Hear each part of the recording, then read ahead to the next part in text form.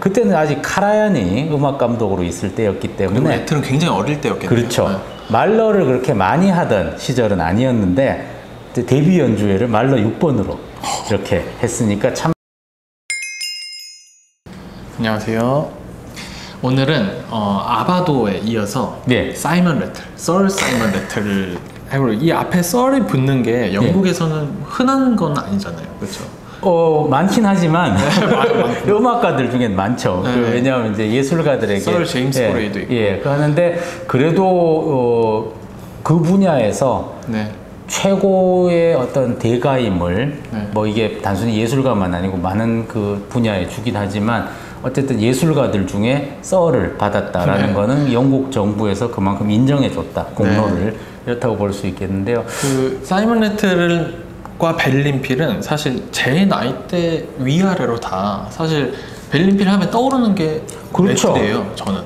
그게 또 레틀이 또 아주 또 친한파라서 우리나라에 참 우리가 그동안은 베를린 필하모닉이 내한 공연을 안 해서 네. 참 보기 힘들었지만 2005년에 84년 이후로 네. 이렇게 그 21년 만에 내한 공연을 해서 그때부터는 2, 3년에 한 번꼴로 네. 우리나라를 방문하면서 이제 어느덧 베를린 필하모닉이라는 존재를 우리에게 굉장히 친숙한 존재로 네. 여기게 만들어준 그런 지휘자도 역시 또 레틀이다라고 볼 수 있겠습니다. 시각적으로도 그렇죠. 머리가 이렇게 꼬불꼬불한 머리에 풍성한 머리를 항상 그리고 리드미컬하게 지휘를 그렇죠. 하시니까 또 비주얼적으로도 굉장히 참 그 레틀이라는 지휘자는 참 그 우리가 보면서도 지금 현 시대 우리 21세기의 클래식을 상징적으로 잘 보여주는 지휘자다라는 생각이 드는데요. 왜냐하면은 이전의 지휘자들, 그 이전 지휘자에게 가장 중요한 덕목 중에 하나는 카리스마였죠.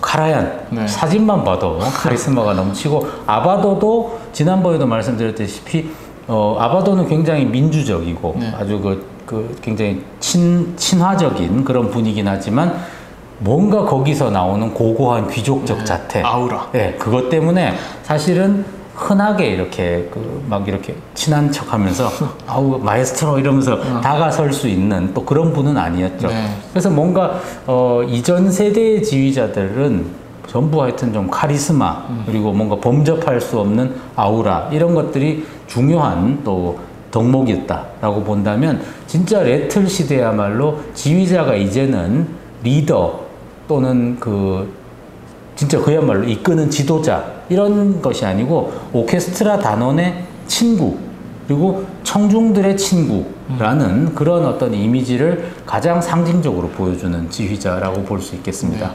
그 다큐멘터리 같은 거 디지털 콘서트를 가끔 보면은 그냥 지휘자 대기실 앞에 기대서 커피 마시고 지나가면 뭐 아는 척하고 아니 심지어 뭐 저 같은 청중들이 무대 뒤에서 이렇게 이제 연주가들을 만나서 직접 뵈신 적도 있죠.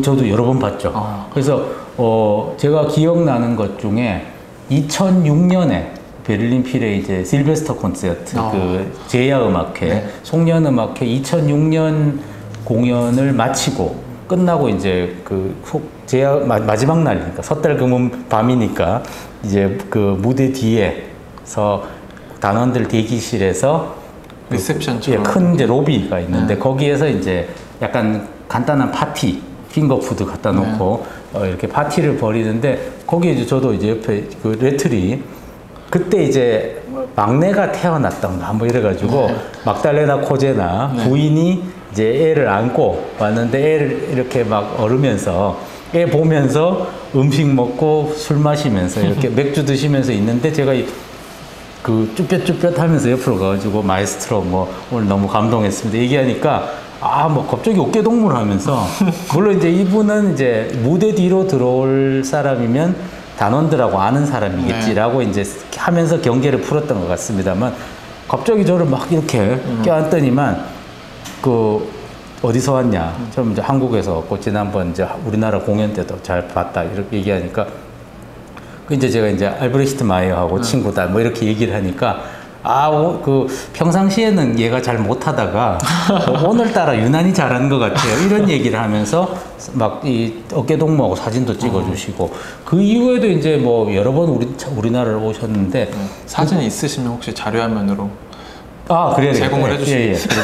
그리고 그 또 대단히 인상적이었던 게 그 2015년이었나 그러니까 요 직전에 레틀 시대의 마지막으로 우리나라 내한 공연을 했을 때 그때는 이제 그 호텔 매번 그 베를린 필이 묵는 호텔에 이제 공연 전날 이렇게 그 제가 이제 알브레히트 마이어하고 이렇게 차 한 잔 하기 위해서 앉아서 이제 차 마시고 있는데 거기에 레틀이 갑자기 매니저하고 오더니만 앉아서 같이 좀 마셔도 되냐고 앉아서 막 아주 그날 되게 추웠습니다. 11월이라서 되게 추웠는데 막 되게 투박한 영국 뱃사람들 같은 스웨터를 입고 풍성한 거, 풍성한 걸 입고 앉으셔가지고 앉아서 계속 뭐 얘기를 하면서 너무 친근한 모습을 보이면서 얘기를 하기도 하고 그리고 그 다음 날 리허설 때도 뵀는데 우리나라에서 내한 공연을 하고 그 다음 주에 베를린에 가서는 베를린 그 실내악홀에서 이 악장이죠. 일본 악장인 그 다이신 카시모토하고 드뷔시의 바이올린 소나타를 연주를 하는데 레틀이 피아노 반주를 해준다 그러더라고요. 그래서 그거를 오늘 오케스트라 리허설 하기 전에 자기가 혼자 연습해야 된다고 드뷔시 악보를 그 뱃사람 스웨터 같은 그 옆구리에 이렇게 들고 오셔가지고 막 얘기를 하면서 연습하러 들어가야 되는데 단원들에게 일일이 다 또 참견을 하더라고요. 너 오늘 점심 뭐 먹고 싶은데 이러면서 계속 그냥 친구같이 그렇게 대화하는 이런 모습들이 참 역시 이 레틀이라는 지휘자는 정말 어떻게 보면 레틀 시대에 와서 이 베를린 필하모닉의 오케스트라 민주주의는 외면적으로나 내면적으로나 완성이 됐구나 라는 거를 피부로 느끼게 해주는 지휘자가 아닌가 이렇게 생각을 해봅니다.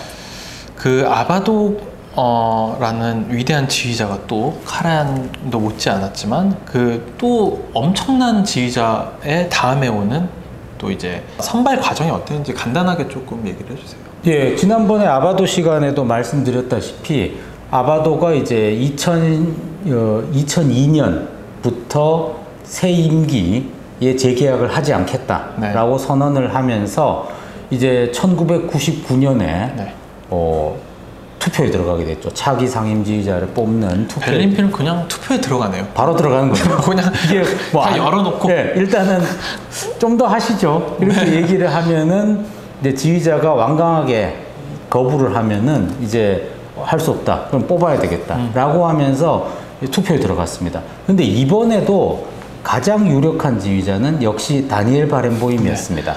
이미 재수생이죠. 다니엘 바렌보임은 카라얀 사후에 카라얀이 물러난 뒤에 가장 유력한 상임지휘자 후보에 올랐었지만 아바도가 뽑혔고 이제 아바도가 그만둘 때쯤 그 당시에 이미 바렌보임은 베를린에서 굉장한 어떤 그 자기만의 아성을 구축하고 있었죠. 바로 베를린 슈타츠오퍼 국립오페라와 그 오케스트라인 슈타츠카펠레 베를린의 상임지휘자를 맡고 이미 10년 가까이 됐기 때문에 베를린에서는 그 바렌보임의 어떤 아성이라는 건 굉장했고 이 베를린 슈타츠오퍼를 맡고 있는 바렌보임이 베를린 필하모닉도 같이 맡는다고 해서 전혀 이상해 보일 게 없었던 그런 분위기였습니다.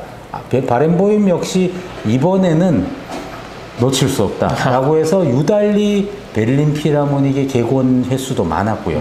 그래서 관계가 굉장히 좋았죠. 아주 좋았죠. 실제로도 굉장히 좋았었는데 항상 지난번에도 말씀드렸지만 베를린 필하모닉의 선택은 항상 그 다음 세대, 차세대에 어떻게 될 건가라는 걸 조금 더 내다보는 편이기 때문에 결국은 최종 투표에서 레틀이 선출이 됐죠. 물론 당시에 레틀에게 표를 행사하지 않고 바렌보임에게 표를 행사한 단원 수가 상당히 많았다고 합니다. 그래서 거의 반반 갈릴 정도인데, 그렇죠. 그랬는데 이제 마지막으로 레틀이 선출이 되고 레틀은 그 당시에 사이먼 레틀이 어떤 상황이에요? 그 당시에 레틀은 이제 우리가 잘 아는 버밍엄 심포니, 네. 버밍엄 심포니라는 영국의 어떤 참 잘 알려지지 않은 악단을 작은 뭐 정말 젊은 시절부터 조련해서 최고의 악단으로 만들었던 그런 참 위대한 지휘자죠. 그렇기 때문에 이 그 레틀은 1987년에 처음 베를린 필하모닉을 객원 지휘했습니다. 그때 또 참 레틀의 뚝심도 대단한 게 그때는 아직 카라얀이 음악 감독으로 있을 때였기 그리고 때문에 레틀은 굉장히 어릴 때였겠네요. 그렇죠. 네. 말러를 그렇게 많이 하던 시절은 아니었는데 데뷔 연주회를 말러 6번으로 이렇게 했으니까 참 레틀도 자기만의 어떤 그 주관과 뚝심이 굉장히 추진력이 있는 그런 지휘자인데요. 그리고 취임을 말로 5번을 하지 않았나요? 그렇죠. 취임. 취임 연주회 때 2002년에 취임 연주회 때도 말러 5번을 했었고 또 참 그 레틀은 말러나 베를리오즈 같은 지휘자들 베를린 필의 그 객원 지휘에서 굉장히 많이 했었습니다. 그리고 또 발트뷰네 네. 같은 경우에 발트뷰네 연주회에서는 물론 가벼운 곡들도 베를린 필이 많이 하지만 그래도 베를린 필에게 있어서 뭐 거슈인이라든지 네. 신대륙의 음악들 네, 이런 하차투리안 뭐. 그렇죠. 네. 그런 건 참 쉽지 않은 음악인데 그 95년이었나 이 발트뷰네 콘서트에서는 거슈인의 밤 네. 이렇게 하기도 했었고요. 그리고 참 놀라운 게 이 레틀이 2002년에 그 말러로 취임 연주회를 한 뒤에 2002년 베를린 필의 질베스터 콘서트 네. 이 송년 음악회 제야 음악회 때 선택한 곡이 정말 그 놀라운 곡이었습니다. 번스타인의 뮤지컬 원더풀 타운을 했습니다. 그래가지고 그때에 뭐 이 토마스 햄슨을 비롯한 수많은 미국 가수들이 솔리스트로도 나왔는데 이 말하자면은 그 막 색소폰 객원주자들도 많이 불러가지고 완전히 이 베를린 필하모닉이 스윙 밴드로 변신한 거죠. 그거 참 놀라운 연주였는데요. 그러면서 마지막에 그 지휘자가 직접 지휘를 하다가 가수들하고 같이 콩가를 춤을 추는 그런 또 엄청난 장면도 있었습니다. 그래서 참 항상 파격이었던 거죠. 베를린 필하모닉이 이게 본인들이 우리는 독일 오케스트라가 아니고 국제적인 오케스트라다 얘기를 하지만 당신들이 국제적이라면 증명해 보여라. 세계 최고의 국제적인 오케스트라면 증명해 보여라. 여러 가지 음악 장르를 그렇죠. 네. 음악도 뭐 동서남북을 가리지 않고 세계적인 음악들을 계속 이렇게 하면서 참 그 베를린 필하모닉의 그 다양성 확보에 있어서 굉장히 큰 공헌을 한 지휘자라고 볼 수 있겠습니다. 저는 그리고 유튜브 세대니까 네. 사실 카라얀 아바도 지휘자가 유명하긴 하지만 유튜브에선 레틀이 더 유명하거든요. 그렇죠. 뭐 하차투리안 이런 거 400만 회. 맞습니다. 정말 이렇게 전혀 클래식적이지 않은 음악임에도 불구하고 몇백만 회 조회수가 클래식 그렇죠. 악단이 나온다는 거는 이 시대랑 부합을 한다는 얘기이기도 하니까 그래서 그런 면에서는 사이먼 레틀이 물론 그렇다고 클래식 뭐 레퍼토리를 안 한 것도 아니기 때문에 굉장히 중요한 거를 했다고 생각해요. 그런 부분에서. 그 레틀은 뭐 아시다시피 그 비틀즈 하면 빼놓을 수 없는 도시 리버풀 태생이죠.